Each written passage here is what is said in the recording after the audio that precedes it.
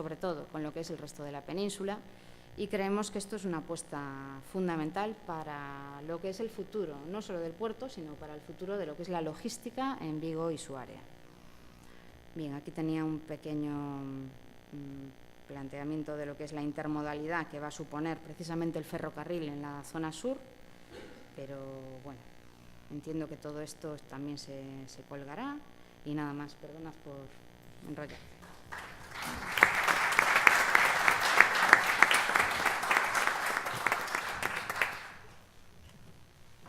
Muchísimas gracias, Dolores.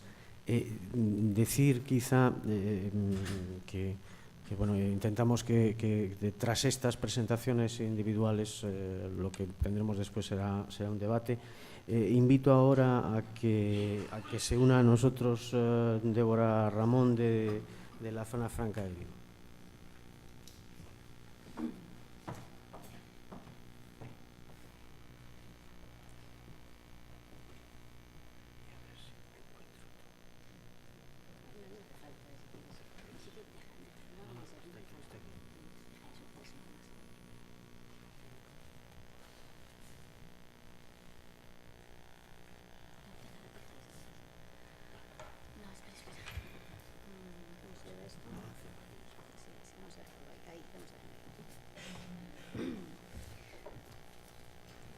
Bueno, muchas gracias a la Fundación Provigo por invitar al consorcio a presentar su visión de la logística, que no es tanto la logística, sino el papel que tenemos nosotros, que es creador de infraestructuras, y especialmente a José Manuel, que efectivamente estoy de acuerdo con Dolores, que se empeñó en que esto fuera adelante.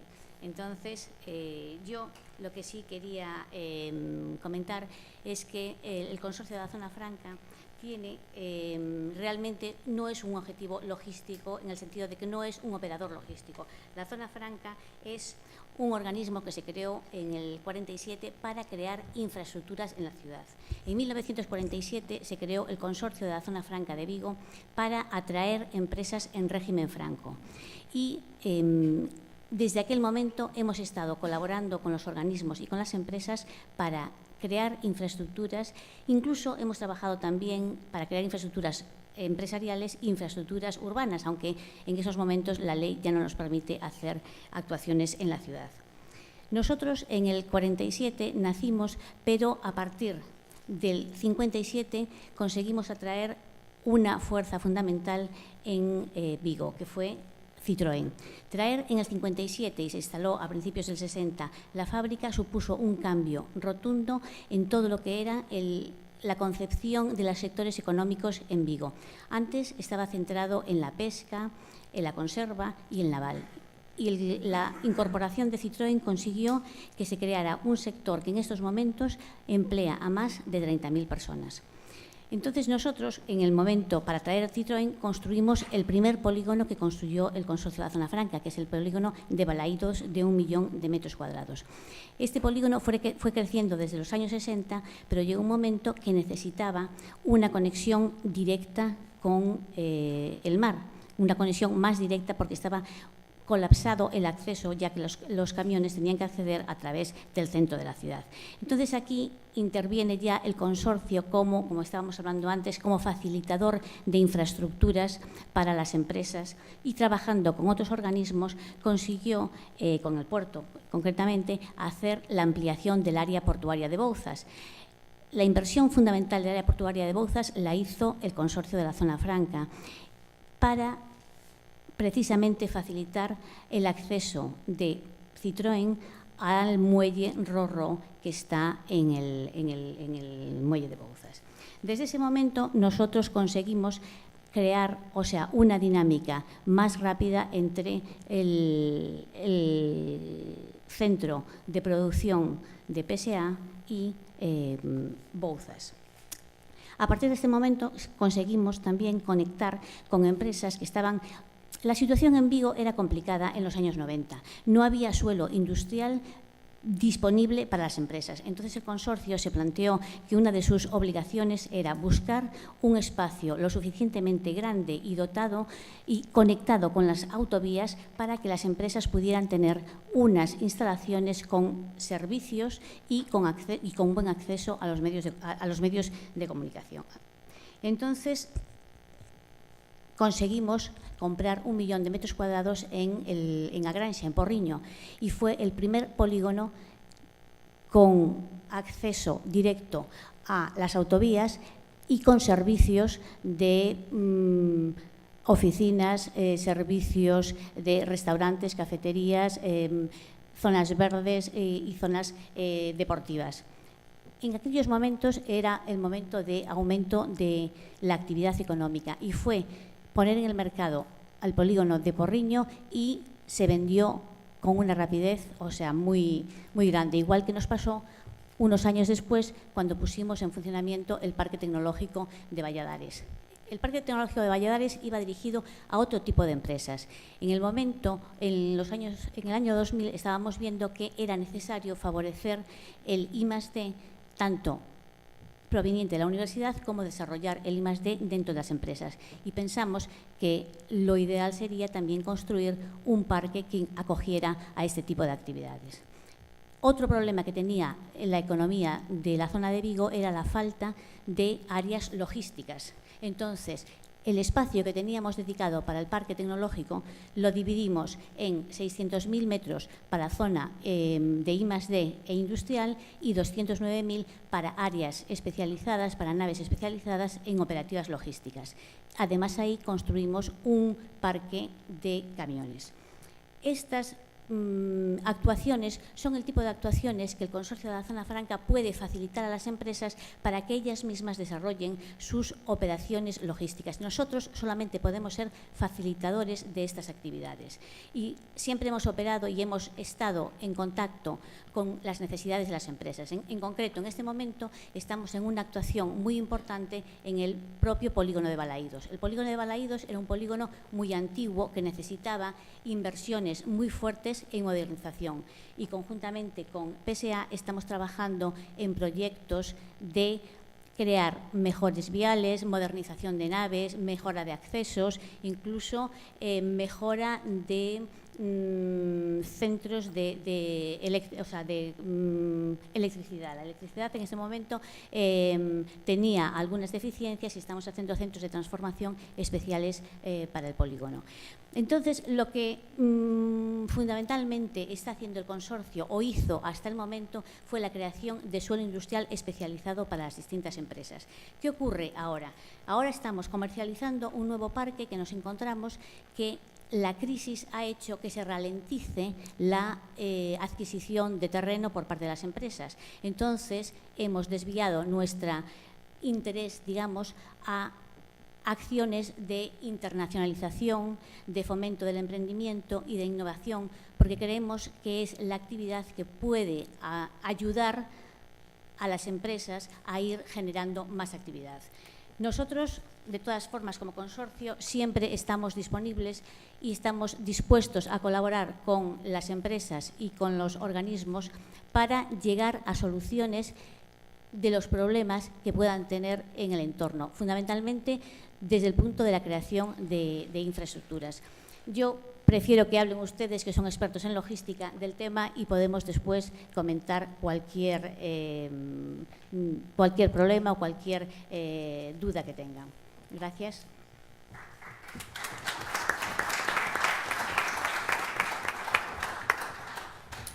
Muchas gracias, Débora. Pasamos ahora al siguiente ponente. Vamos a respetar el orden en el que están en la mesa. Y pido que suba al estrado para hacer su presentación Joan Martínez Reboedo, gerente de Caleido Logistics. Muchas gracias.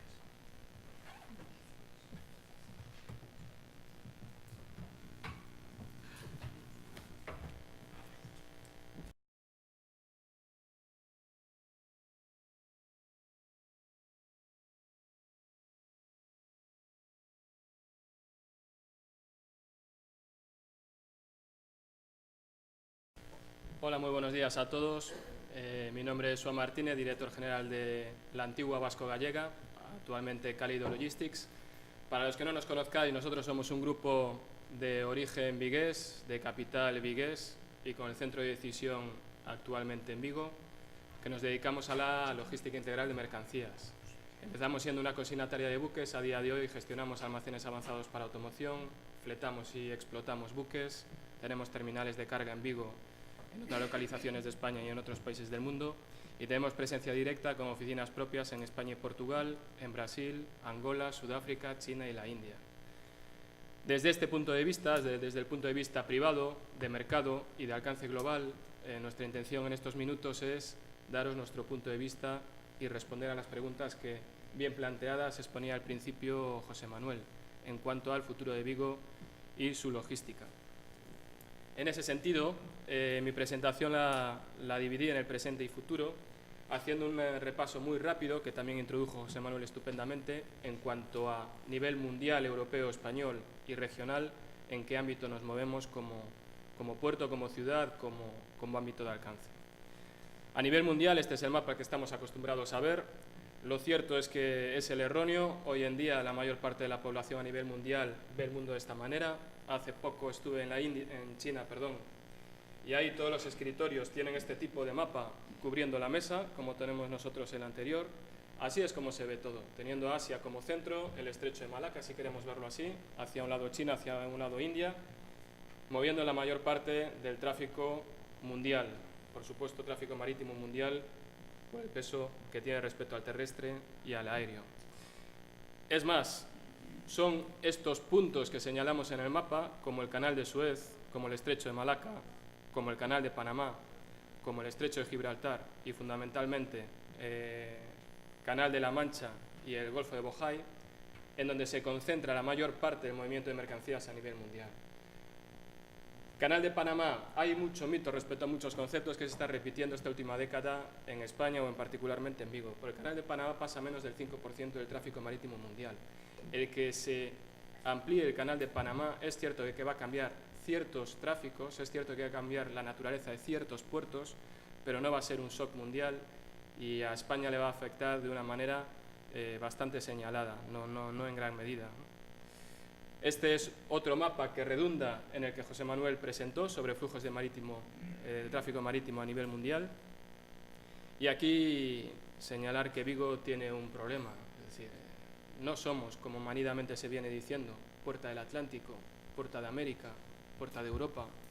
Nosotros tenemos a Algeciras, a Cádiz, a Sevilla, a Huelva, a Sines, a Setúbal, a Lisboa, a Beiro, Figueira da Foz, Leixoes, Viana do Castelo, Marín, Vilagarcía, Coruña, Ferrol, Gijón.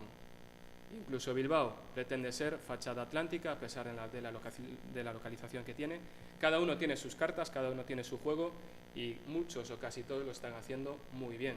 Por lo tanto, por condiciones naturales nosotros no tenemos nada que nos regale, ni siquiera también otra cuestión muy manida, que es la seguridad del puerto, que Lola apuntaba muy bien, pero que a nivel de que un armador decida escalar, no señala una gran ventaja, salvo en situaciones muy específicas.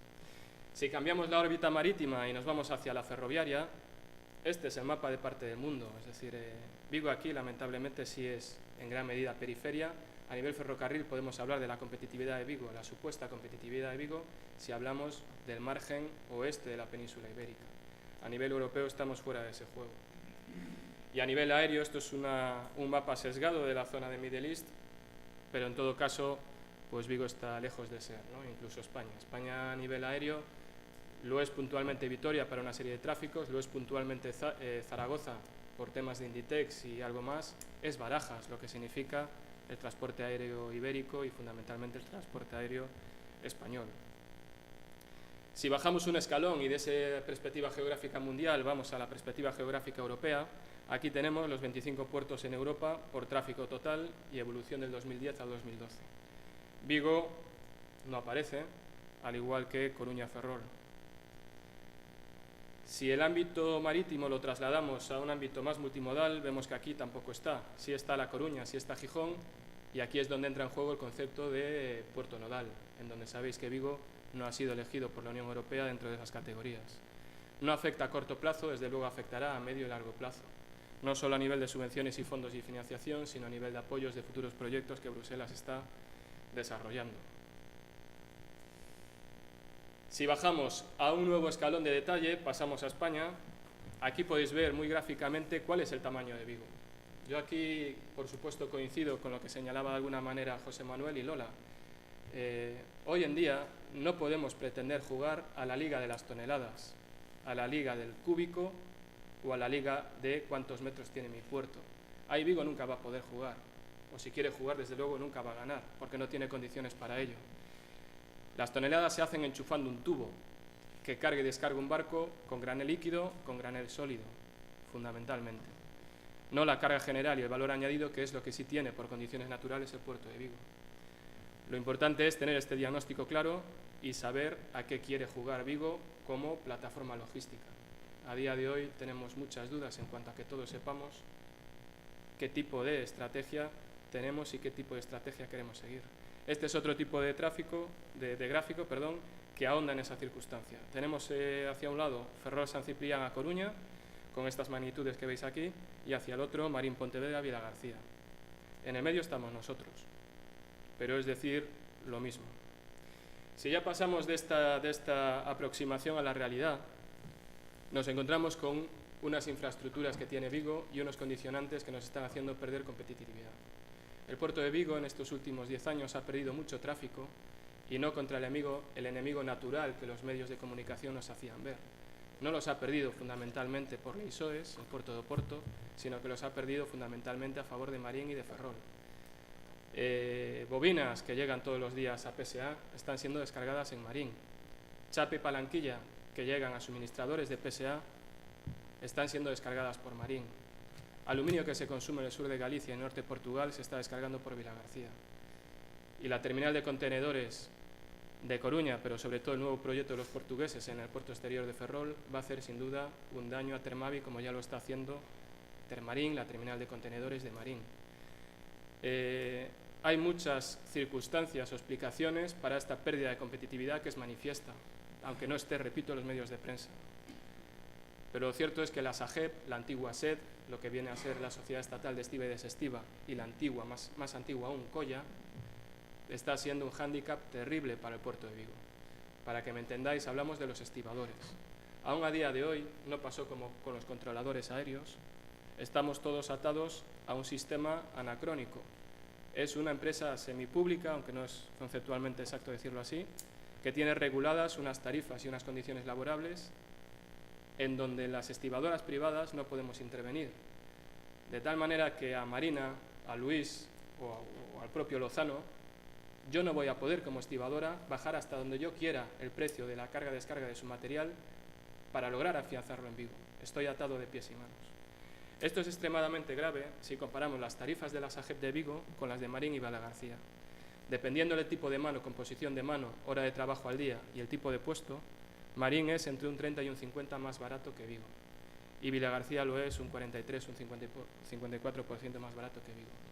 Dependiendo del tráfico, el escandallo de costes está más ponderado con la mano de obra, con el estibador o no. Para cargar-descargar coches tiene un peso muy grande. Y ese peso muy grande hace que los forfés de carga-descarga sean más o menos competitivos. ¿Qué más aspectos hay? El retraso del relleno del Arenal generó un daño extremo al puerto de Vigo, aunque de nuevo no haya trascendido a la sociedad. Hubo mucho tráfico que se fue a Marín, probó Marín y ganó.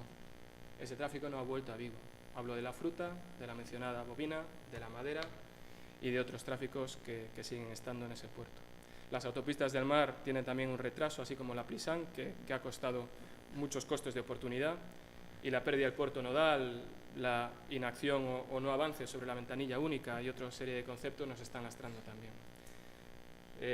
Ojalá tuviéramos una estrategia mucho más clara, de forma coordinada con las instituciones y con la parte privada, para poder solventar todos estos temas y hacernos a todos más competitivos. Con el aeropuerto pasa algo muy semejante, con el ferrocarril también. Con el ferrocarril somos nosotros los que estamos haciendo cada 4 o 5 años los transportes de bloque de granito desde la Meseta a Vigo. Siempre es un auténtico desastre. Hace mes y medio, no llega a 2 meses, hicimos el último convoy. Los clientes no quieren volver a hablar del ferrocarril. Se extravían los convoyes, tardan más de 2 días en llegar cuando se supone que tardan 3/4 de jornada. Cada 4 años se les olvida lo mal que se pasó y se vuelve a intentar, pero el tema no va. La liberalización del ferrocarril en España tiene 6 años de edad. El 80% de la cuota sigue estando en manos de Renfe. Con Renfe es con quien estamos haciendo este trabajo y Renfe no va. Los operadores ferroviarios que están a día de hoy, que son fundamentalmente de capital de constructoras, están o perdiendo dinero o logrando un break-even gracias al tráfico con Portugal, pero están teniendo muchos problemas. Y a nivel de carreteras hay mucha mejora pendiente, que ahí Marián sabrá mucho más, pero desde luego Vigo no puede ser la zona industrial de España que no tenga un parking vigilado de camiones o que no tenga más bolsa de suelo industrial de proximidad. La Plissan tiene muchas cosas buenas, pero no es esa bolsa de proximidad. En definitiva, nos queda, bajo nuestro punto de vista, una mejora en infraestructuras muy manifiesta, a pesar de estar en donde estamos, que es en una situación de crisis. Aquí no es porque esté Débora adelante, pero Vigo no pudo vivir durante estos últimos 30 años gracias al santo que fue la zona franca generando bolsa de suelo. Si la zona franca no estuviera haciendo lo que hizo, Vigo sería un páramo industrial, no tendría capacidad para acoger la industria que existe a día de hoy. Dicho todo esto, pensamos que tenemos que concienciarnos todos de que Vigo nunca va a poder ser un hub logístico tradicional, como se entiende, como puede ser Algeciras, como puede ser Gioia Tauro o como pueda ser Rotterdam, aunque tiene otro tipo de background, pero sí puede ser un nodo logístico de valor, tractor y de referencia, liderado por su puerto y por su industria, no partiendo de cero, pero aplicando a la infraestructura la capacidad del conocimiento. Nosotros tenemos automoción, a pesca, a piedra natural, al mundo del eólico, que se está yendo a Marín también por el tema de las tasas no portuarias, sino de los estibadores. Tenemos una capacidad como la de CEAGA, la de Gradian, la de IMEN, la de Anfaco, pero hace falta un cambio de mentalidad. Pensamos que tenemos que hacer un esfuerzo por comercializar el conocimiento, hacer una hibridación de nuestras industrias y plantearnos el concepto de fábricas de futuro. La logística no se puede entender aquí en nuestras empresas como vamos a exprimir a Marián para que el camión me cueste 110 en vez de 120. Eso ya no vale, eso ya no es suficiente.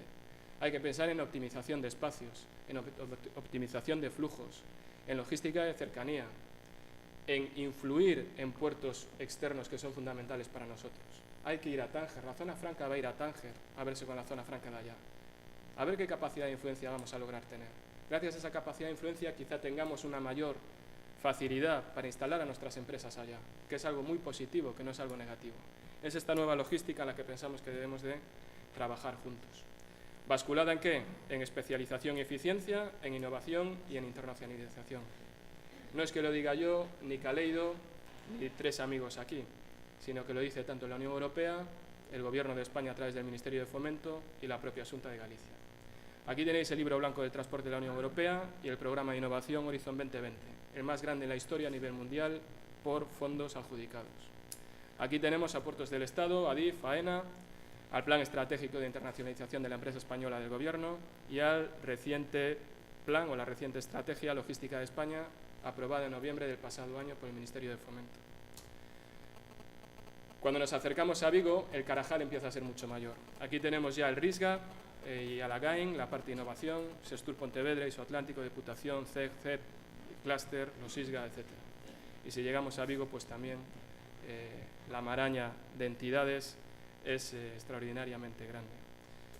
Si este es el sentido, nosotros pensamos que hay que leer a los que saben, hay que seguir las tendencias de los que mandan y coger buena nota de lo que dice el libro blanco, el H2020, los planes que citaba el Ministerio de Fomento y la estrategia de especialización inteligente de Galicia que fue presentada hace pocos meses por el presidente Feijóo y por Manuel Varela, director de la Agencia Galega de Innovación. Marcan muy bien hacia dónde hay que ir y hacia dónde hay que ir es exactamente hacia esto, a la especialización y eficiencia de los sectores de Galicia, es decir, los que son realmente competitivos y tienen futuro. Este concepto es muy potente porque tiene que haber una criba y tanto entidades públicas como privadas tienen que desaparecer para no copar espacios cuando realmente son entidades muertas o que no aportan. El ámbito de la innovación es fundamental y el de la internacionalización también. Ya para terminar, a este nivel de especialización y eficiencia le podríamos dar un giro. ¿Por qué, como siempre, tenemos que andar con la sectorización de automoción, de naval, de pesca? ¿Por qué no pensamos en esa especialización y transversalidad, pensando en esa especialización industrial con eficiencia logística, ese ámbito energético o ese ámbito sobre el mar, la explotación del mar? A nivel de innovación, como decíamos, la comercialización del conocimiento, hibridación y fábricas de futuro. Y a nivel de internacionalización, tamaño y tracción. Aquí tenemos un problema muy grande. Nosotros viajamos mucho, algunas veces encontramos a pymes gallegas. Hablando a lo bruto, no tenemos tamaño para estar por ahí fuera. Hoy en día la internacionalización no significa que un gerente con el maletín vaya 2 veces al año a Brasil a recoger pedidos. Eso no llega. La globalización significa que en Brasil te vas a encontrar al alemán, al danés, al español, al propio brasileño, al americano, al coreano, al sudafricano también. Necesitamos tener un punch mucho mayor. Abengoa está arrastrando muy bien a empresas del sur de España, de la Meseta y de Madrid. Está arrastrando a First Tier y Sisikantir a las fabricaciones de grandes plantas solares, termosolares, en Brockport y Appington en Sudáfrica, en Antofagasta y Iquique en Chile, en la zona de Nevada y Nuevo México en Estados Unidos. Tenemos que coger ese tipo de ola, esa implantación de Renault en Tánger, esos arrastres de PSA con la futura planta en Sudáfrica, incluso los arrastres de los First Tiers que tienen la automoción o que puede llegar a tener el naval si lo de Pemex se va consolidando. Deberíamos de estar en ese punto de vista, ¿no?, a la hora de pensar. Y, por supuesto, tiene que haber una mayor coordinación de las líneas existentes de las instituciones como Zona Franca, Autoridad Portuaria. Sabemos de la buenísima intención que tienen tanto las dos instituciones, tanto la Autoridad Portuaria como la Zona Franca, pero pensamos que falta coordinación y nexo de unión con las empresas. El hacer folletos, dípticos, una web y estar en 3 ferias, eso no es la comercialización de hoy en día. ¿Por qué no le damos una vuelta? ¿Por qué cuando nos llaman a nosotros el gobernador del estado de Ceará en Brasil preguntando por nuestro conocimiento sobre explotación de esa zona franca, no hacemos un hermanamiento con la zona franca de Vigo, se les forma y en un año nosotros somos dioses para ellos? ¿Por qué no hacemos ese enfoque con la pesca haciendo este tipo de medida? Porque con la autoridad portuaria, ¿por qué no nos abre puertas a terminalistas portuarios, a fabricantes de maquinaria o a frigoristas de pescado para que vayamos a Uruguay, a Brasil, gracias a su influencia? Ese tipo de enfoques son los que nos pueden abrir el futuro, ¿no? Bueno, aquí tenéis detalles de la especialización inteligente de Galicia y ya para terminar, esta es la última slide, aquí algunos ejemplos. ¿Qué están haciendo otros puertos? Este es el puerto de Antwerp. Sé que los caracteres están en chino. Antwerp tiene desde hace años oficinas en Shanghái y en Beijing. Antwerp no está repartiendo dípticos allá, está formando a funcionarios y empresas privadas chinas y está abriendo el mercado chino a la comunidad portuaria e industrial de Amberes. Ese es el verdadero valor de un puerto. Ahora alguno de vosotros, Boni o Cortegoso, puede decir: joder, es que Antwerp es Antwerp, nosotros somos Vigo, no somos tan grandes como Amberes. Bien, vamos a ver Sohar. Sohar es un puerto de Omán. El sultanato de Omán contactó con Rotterdam, con el que tenía un hermanamiento, y le planteó hace 12 años: oye, yo voy a hacer de Omán un país muy potente en tratamiento de aluminio primario. Tengo energía barata, tengo bauxita, Sohar va a ser una nueva terminal. No tengo ni idea de nuevas terminales portuarias. ¿Me introduces a alguien? Por supuesto te introduzco a alguien. Steinbeck, nuestro socio, es el principal terminalista del puerto de Sohar, manipula más de 1 millón de toneladas de aluminio de exportación y tiene un negocio fantástico ahí. ¿Por qué no lo vamos a conseguir nosotros? Seguimos bajando niveles. Seaports, organización de los puertos del área del Mar del Norte de la costa alemana, salvo Bremerhaven y Hamburgo. Estos puertos han reconvertido toda su experiencia naval, empresas en quiebra, en, entre otras cosas, el nuevo foco del wind, del offshore, del eólico offshore. Son 6 puertos agrupados con una única capacidad comercial que están vendiendo su infraestructura y su capacidad, así como su comunidad portuaria. Tienen una gran ventaja y es que son puerto de salida para la principal zona offshore a nivel mundial, que es la de Mar del Norte. Compite con Holanda, Bélgica, Reino Unido y Escocia, o Inglaterra y Escocia. Tienen una filosofía de la que podríamos aprender mucho aquí si no nos dedicáramos a hacernos una competencia desleal entre Vigo y Marín, entre Marín y Bala García o entre Coruña y Ferrol. Tenemos el puerto de Gijón. Esto ya es una similitud fantástica con el puerto de Vigo. Mismo tamaño, historia, tradición, capacidades, hinterland. El puerto de Gijón es el gran campeón de innovación de los puertos de España. Y todo gracias a un señor que desde hace unos 8 años lo está desarrollando. Está haciendo proyectos a nivel europeo y a nivel mundial. Y todo el mundo se pelea por estar en esos proyectos que Gijón está liderando. ¿Por qué Vigo no está ahí? ¿Por qué no está ahí? Somos los primeros a nivel de Europa en pesca fresca y congelada. Somos el primero, segundo, tercero de España, ro-ro, coches. Somos el segundo de Europa con piedra natural. Y somos bastante relevantes en eólico y, bueno, ya menos relevantes, pero es una batalla en el mundo del contenedor. Tenemos capacidades, pero están ahí larvadas y no les estamos dando aprovechamiento o dirección. Y por último tenemos puertos del Estado. Vigo depende de puertos del Estado. Puertos del Estado tiene ayudas para atraer a funcionarios de la parte hispanohablante y lusofalante del mundo para formarlos y para devolverlos a sus puertos de origen. Ni se sabe de esta ayuda. Nosotros lo hemos hecho y estamos intentando hacer ahora con Angola. Eso es oro. En Ghana, donde estamos ejecutando varios proyectos, Holanda, la comunidad logística de Holanda está muy introducida. Ghana, ¿qué herencia tiene? Los coloniales ganeses eran ingleses, no holandeses. ¿Por qué Holanda está ahí? Porque Holanda se preocupó de formar a lo que ahora son las élites de Ghana en Holanda. Y el poder de influencia que tiene Holanda ahora mismo es brutal. Los dos principales agentes consignatarios en tema y logísticos en Accra son holandeses. Ahí tenemos que estar nosotros, no de hoy para mañana, pero con una estrategia clara. Y eso es todo por mi parte. Lo que pretendía era sacudir un poco conciencias, salir de lo ya muy manejado, estos conceptos que cansan, ¿no? Nuestra situación es dramática, es lamentable. Nosotros pensamos que logísticamente Vigo, como decía Lewis Carroll en Alicia a través del espejo, ¿no? Vigo no es que esté corriendo para quedarse en el mismo sitio, es que está corriendo poco como para lograr quedarse en el mismo sitio. Si queremos avanzar tenemos que correr doblemente rápido y no estamos haciendo bien ni una cosa ni otra. Ojalá de una vez por todas cambiemos esa forma de pensar, tengamos un nuevo enfoque y espero haber logrado lo que pretendía, que era en este breve tiempo sacudir un poco la mentalidad que tenemos y buscar otros horizontes y una estrategia clara conjunta. Gracias por vuestro tiempo.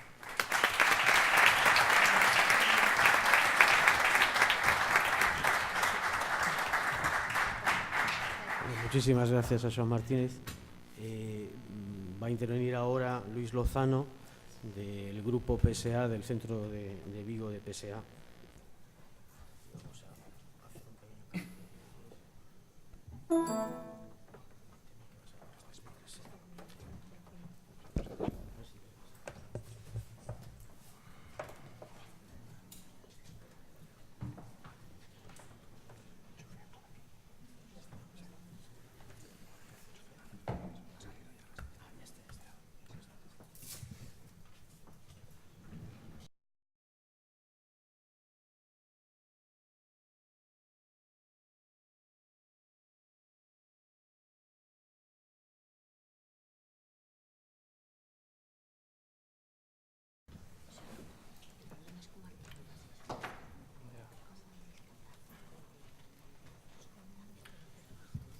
Buenos días a todos.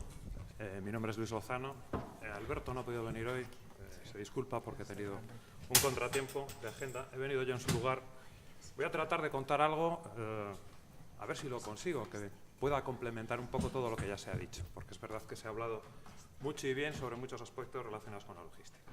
Yo me voy a centrar mucho en el negocio que mejor conozco, que es aquello en lo que trabajo y que me permite pagar mi hipoteca todos los meses. Con lo cual quiero decir que voy a hablar de algo que me interesa mucho que funcione bien. Vamos a hablar de competitividad y la relación que tiene la logística con la competitividad en el mundo del automóvil. Primero, no es por continuar sacudiendo y pegando bofetadas, pero bueno, también un poco de baño de realidad. ¿Cómo se reparte la producción mundial de automóviles más camiones en el mundo? Situación 2010. Bien. No sé si necesita explicación. Número 1, China, con 18 millones. ¿Veis dónde están el resto de los países? Esto es el 2010. Fijaos la situación en el 2012. China, 20 millones. Siguiente país. Esto es la suma de coches más camiones y todo tipo de vehículos comerciales. Siguiente, Estados Unidos, 10 millones. ¿Esto qué nos viene a decir? Bueno, no debemos seguir pensando que el negocio del automóvil es un negocio occidental. Hoy en día, fundamentalmente, es un negocio que está centrado en China y sus alrededores. De eso podemos hablar un poquito más adelante, porque eso tampoco significa que aquí no haya que hacer nada, no significa que haya ninguna batalla perdida, ni mucho menos, ni que esto se vaya a ir a tomar viento en 4 días. No lo creo, sinceramente. Lo que sí que es cierto es que tendremos que trabajar con intensidad para defender este tipo de industria en un entorno como es el europeo, en el que hoy en día hay sobrecapacidad. El mercado europeo no crece, hay muchas fábricas nuevas en Europa del Este que se crearon en el momento en el que se pensaba que el mercado local de Europa del Este iba a crecer como la espuma. Ese mercado no ha crecido tanto, es un mercado que se mueve mucho con vehículos de ocasión, y hoy en día la situación es que en Europa hay muchas fábricas y, todo hay que decirlo, las más modernas están en Europa del Este, no lo olvidemos. Y si hacemos la cuenta de cuál es el exceso de capacidad que hay, es mejor no echar la cuenta, pero pueden sobrar aproximadamente 10 fábricas, si ajustásemos las capacidades al máximo. Bien. Vamos a hablar un poquito de costes y de lo que se hace dentro de una factoría. Lo que se hace dentro de una factoría, que es lo que le llamamos valor añadido de producción, se reparte más o menos así. Costes fijos en los cuales están una parte de la mano de obra y las amortizaciones y una parte de los gastos generales, esto es una descomposición general, impuestos y seguros. Siempre estamos dando vueltas alrededor de lo que se hace dentro de los muros de una fábrica, que es muy importante porque es uno de los elementos por los que se nos mide. Bien, todos estos componentes dependen de 1000 cosas, pues la mano de obra casi es una variable país, en la mayoría de los sitios hay una diferencia tremenda entre unos lugares y otros. La energía es otra variable relevante, la energía no cuesta lo mismo en todos los lugares, así como la mano de obra no discutimos, la energía sí que hay que decir que en España la energía eléctrica es muy cara, aproximadamente un 32% más cara que en Francia.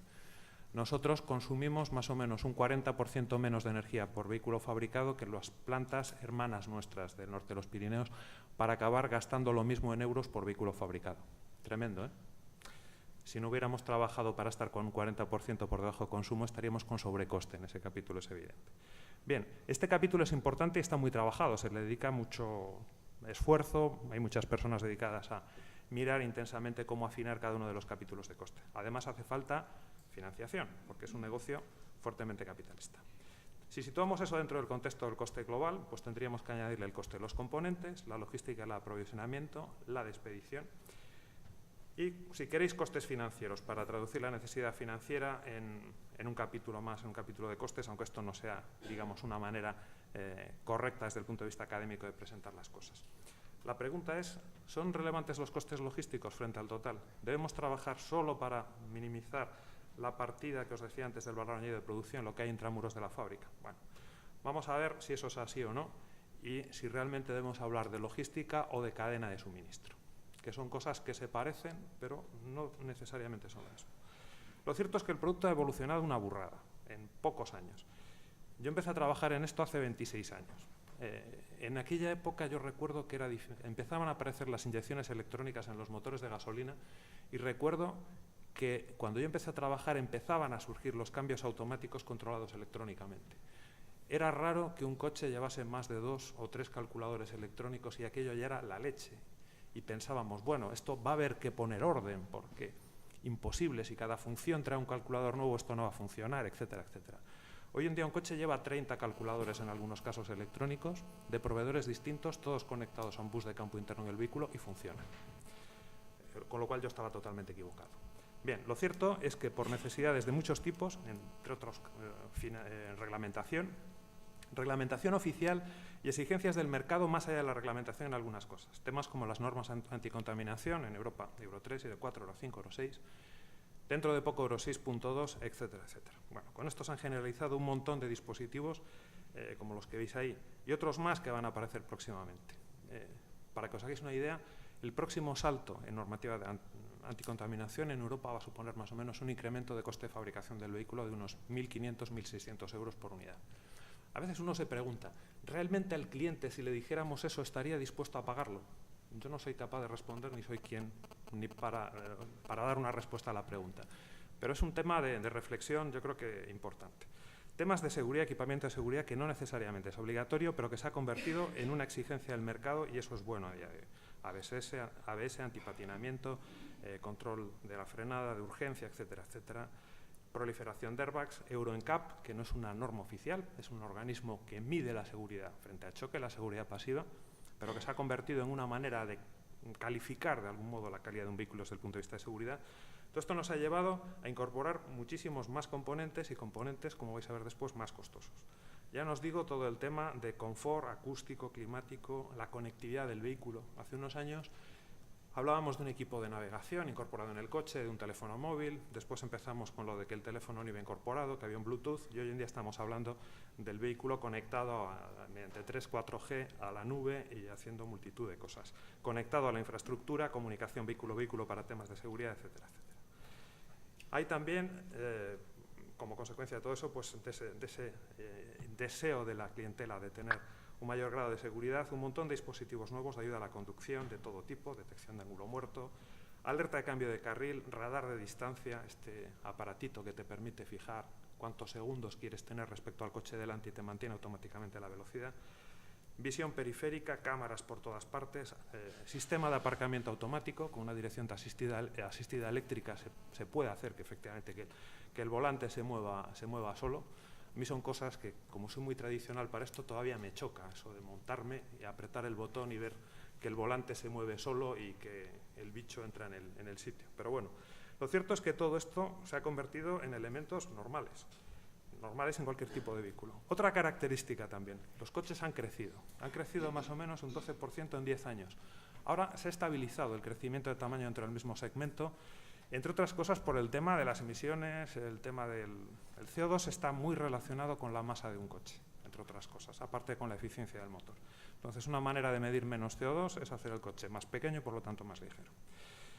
Si ponemos una comparativa, pues de hace ya unos cuantos años, año 85, un coche de los pequeños, el Renault Super 5, medía 3,59, era más grande que el primer Renault 5 que medía 3,50.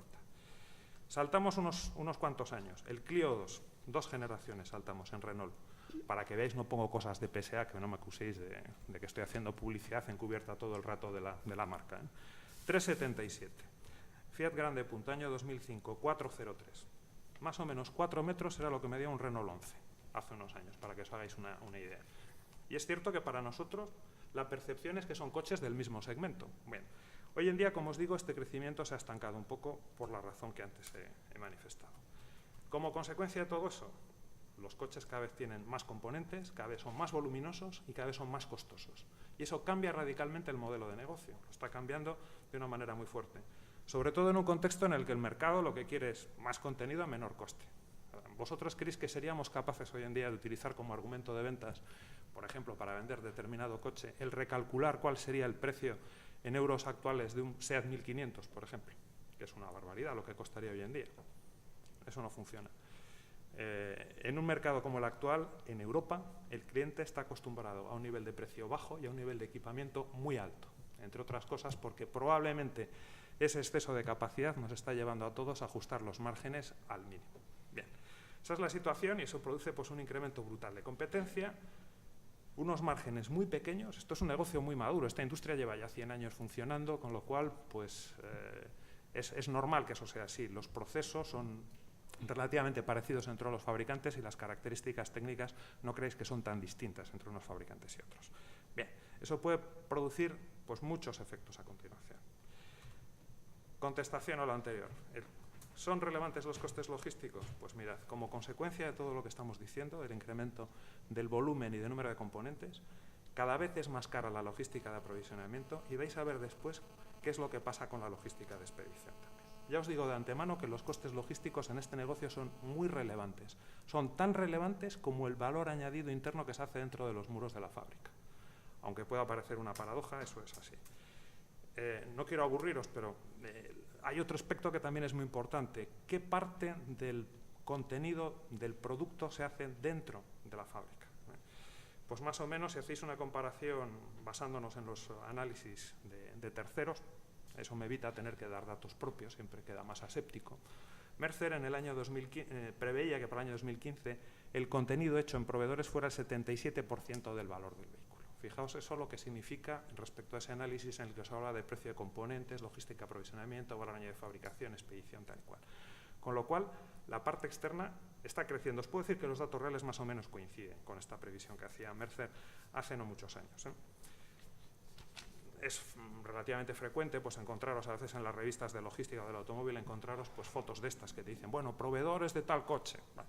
Esto, la verdad que queda muy bien en una imagen, pero fijaos que en un vehículo que tiene 2000 y pico componentes, pues, y que muchos de ellos los hacen terceros, no caben todos los nombres de los proveedores, ¿no? Con lo cual seleccionan unos poquitos, 100 o así y tal, para que esto quede bien.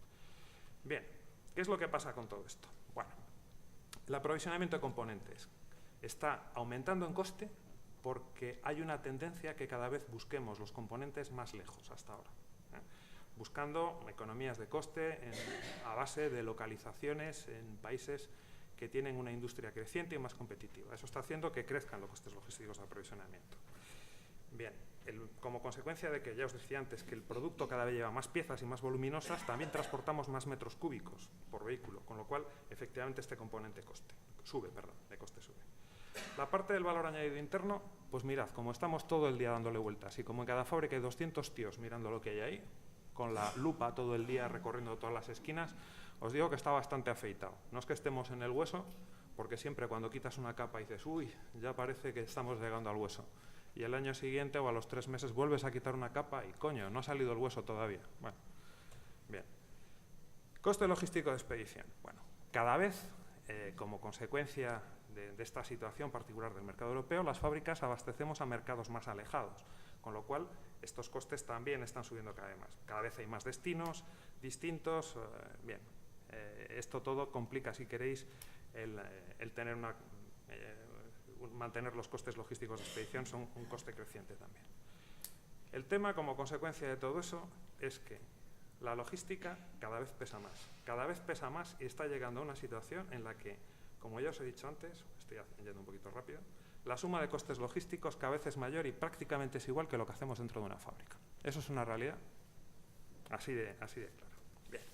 Con lo cual, la mejora de la competitividad pasa por tratar con mucho cariño la logística. Bien. Voy a saltarme algunas cosas porque, si no, igual dejamos poco hueco luego para discutir y tampoco quiero ser excesivamente pesado. ¿Qué está pasando con todos los cálculos que estamos haciendo respecto a los costes? Pues mirad, a lo largo de los últimos años hemos ido a buscar componentes en muchos casos más lejos. Los hemos ido a buscar tratando de obtener mejoras de coste. Lo que está sucediendo es que en muchos casos eso está produciendo un efecto no previsto en muchos casos, de incremento de costes logísticos superior a lo normal en determinadas ocasiones por una estimación, digamos, excesivamente optimista de la evolución del precio del carburante, y por otro lado de la evolución del coste en sí mismo del componente, porque lo cierto es que muchos de estos países emergentes tienen tasas de crecimiento de la tasa de mano de obra que no se parecen nada a la nuestra. En Rumanía, cuando Renault compró a Dacia hace unos cuantos años, pues yo no creo que se imaginasen que tuviesen que llegar a firmar en algunos casos convenios con subidas medias del 23%. Alguien puede decir, bueno, un 23 respecto a un salario bajo es poco.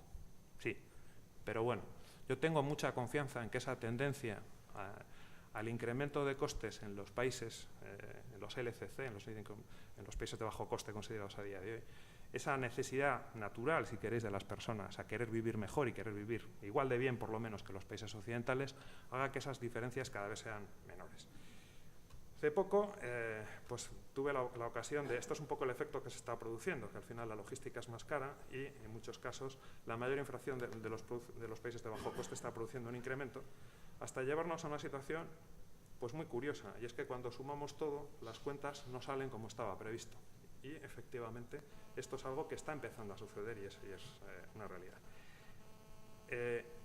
China hace unos años tenía unos costes tremendamente bajos de mano de obra en el mundo del automóvil. Lo digo por hablar ya directamente de un tema que se ha evocado aquí y demás. Hoy en día las zonas industrializadas, la zona norte y la zona sur, tienen del área costera, que es donde están la mayoría de las fábricas, empiezan a tener tasas de mano de obra que ya se parecen mucho a las que puede haber en Turquía, a las que puede haber en Portugal, sobre todo la zona sur. Y bueno, ya no empieza a ser tan exagerado el tema, no empieza a ser algo tan evidente, ni mucho menos. Lo que sí que es importante es que tengamos en cuenta, voy a tratar de adelantar un poquito, si me permitís. Quiero que veamos una cosa que me parece sumamente importante. Bien, hasta ahora hemos hablado de logística, hemos hablado de transportar cosas, metros cúbicos, kilómetros, la ecuación clásica. Bien, lo cierto es que al final, para ser eficientes, si el 77% del valor añadido se va a hacer fuera, tenemos que tener proveedores competitivos y tenemos que tener un modelo logístico o un modelo de cadena de suministro que sea competitivo. Eso pasa por muchas cosas.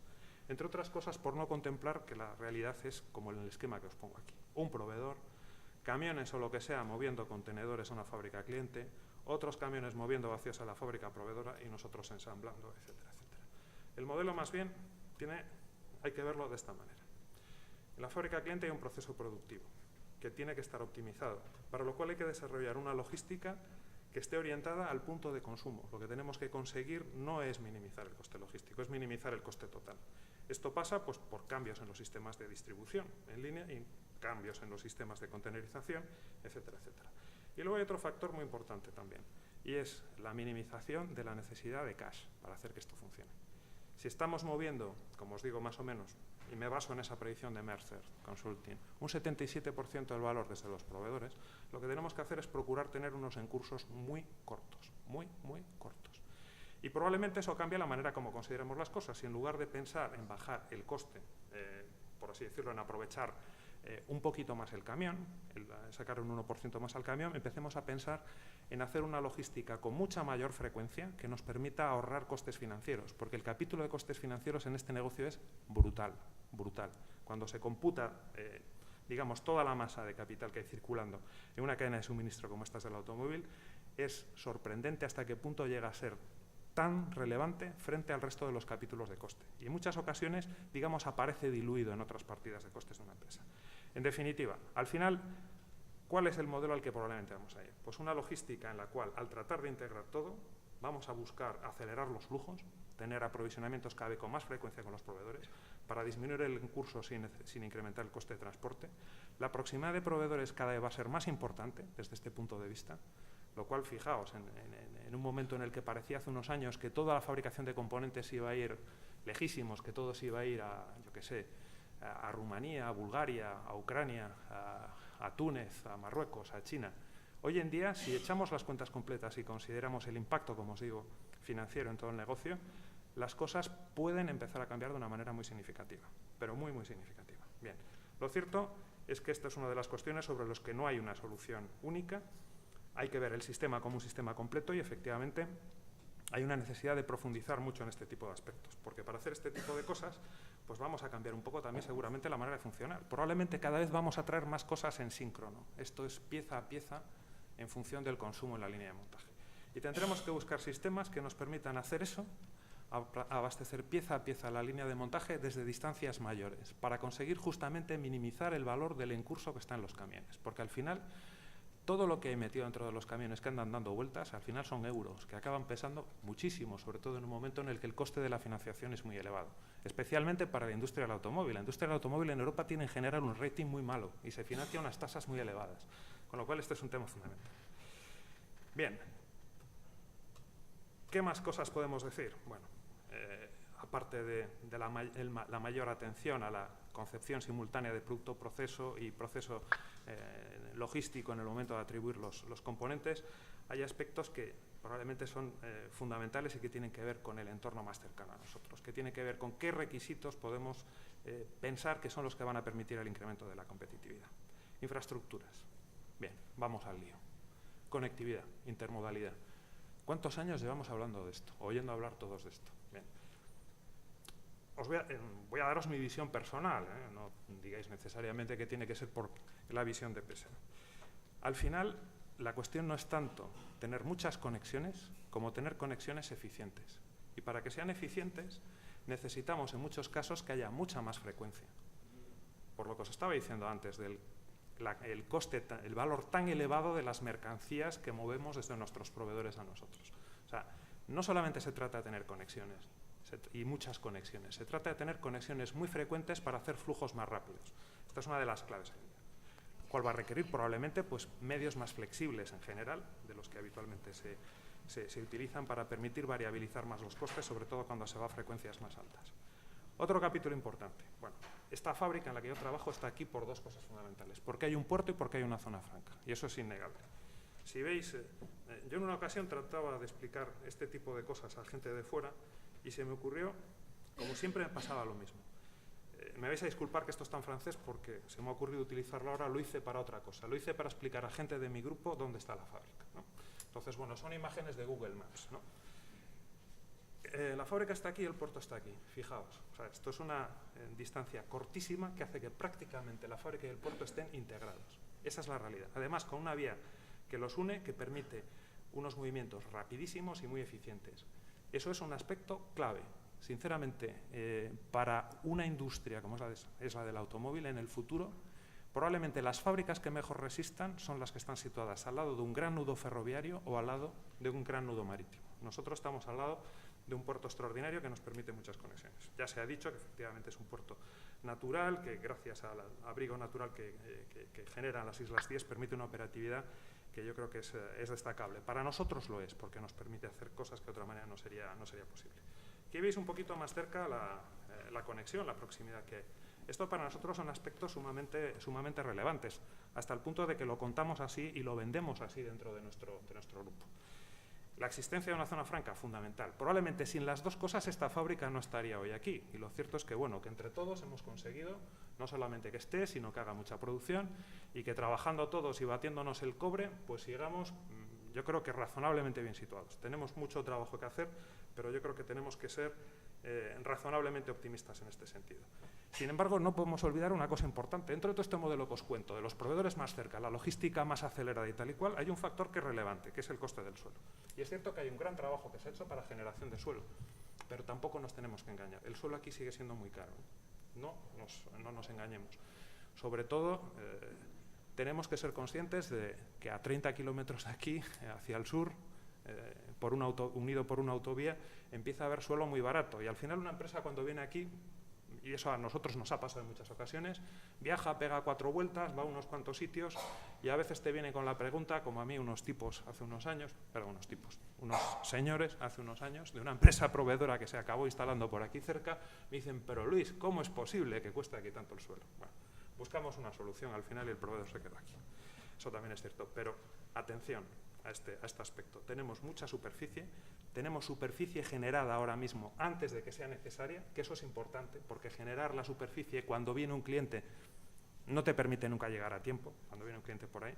Un tema importante, pero atención al tema del coste. Medios de transporte terrestre. Bueno, un aspecto que es importante para nuestra industria es que se finalicen de armonizar las dimensiones. Es algo básico, si queréis un dato de entrada. ¿Cómo se diseñan los contenedores en la industria? Pues en función del tamaño interior de la caja de un camión que está autorizado en un país. Es así de sencillo, no le deis más vueltas, tratando de aprovecharlo al máximo. El problema es que a pesar de que llevamos muchos años trabajando en este tema, en Europa, creo que esto empezó Loyola de Palacio, que en paz descanse. Fijaos si ha llovido, ¿no?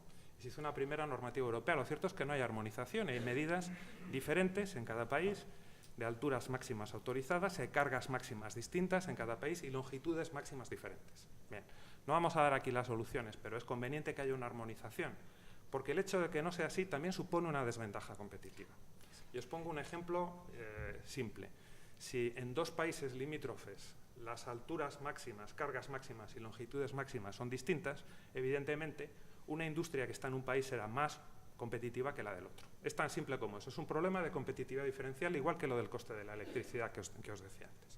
Bien, yo creo que ese es un tema sobre el que se está trabajando, se está avanzando bien y es, como digo, no es una cuestión, si queréis, de nada más que competitividad diferencial. Y en este caso, por ejemplo, respecto a Francia, que tiene medidas superiores a las nuestras. Conclusiones de todo esto. Pues yo creo, si me permitís, que para resumir, conviene que en lugar de hablar en nuestro negocio en particular, que es un negocio un poco específico, porque es una industria de síntesis, como habéis visto, 70 a 80% del valor del producto se hace fuera. Costes logísticos muy relevantes. Yo creo que conviene que pensemos que realmente lo que hay que optimizar es el coste total y para ello, más que ver este negocio desde el punto de vista de la aproximación a la logística y la disminución de los costes logísticos, conviene que lo veamos desde el punto de vista de la optimización de la cadena de suministro, con todo lo que eso conlleva, con aspectos financieros, con aspectos operativos, etcétera, etcétera. En muchas ocasiones, hace poco lo he planteado, en un tema que teníamos nosotros dentro de la empresa. Se trataba de una optimización logística y era un proyecto nuevo que era relevante y tal. Bueno, pues lo que planteé es, ¿y por qué no entran los financieros en esto? Porque realmente el problema llega un momento que no es un problema de optimización, de llenado de camiones, no es un problema de abaratar el coste de un camión, etcétera, etcétera.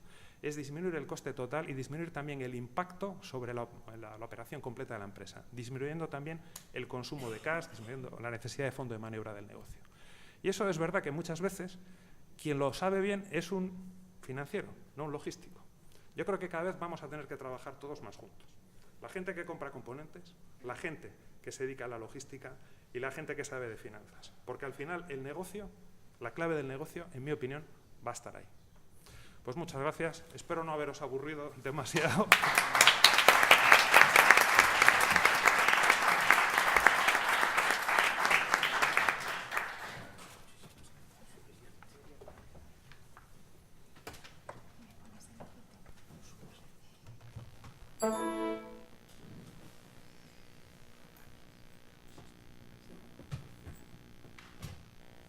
Bueno, muchísimas gracias, Luis Manuel. Interviene ahora Maricruz Álvarez, secretaria general de la Asociación de Empresas de Transporte de la provincia de Pontevedra, que además va a enlazar con algún concepto importante e interesante que nos ha avanzado ya Luis Manuel. Muchas gracias. Hola, buenos días a todos. En primer lugar, agradecer a la Fundación Provigo la oportunidad que nos ha dado al transporte de mercancías por carretera de dar nuestra visión en esta jornada que está resultando muy interesante. Yo no he traído una presentación gráfica, hablaré en el lenguaje de lo sencillo.